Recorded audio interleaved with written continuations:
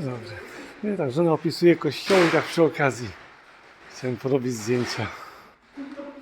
Na pewno w internecie nie będzie.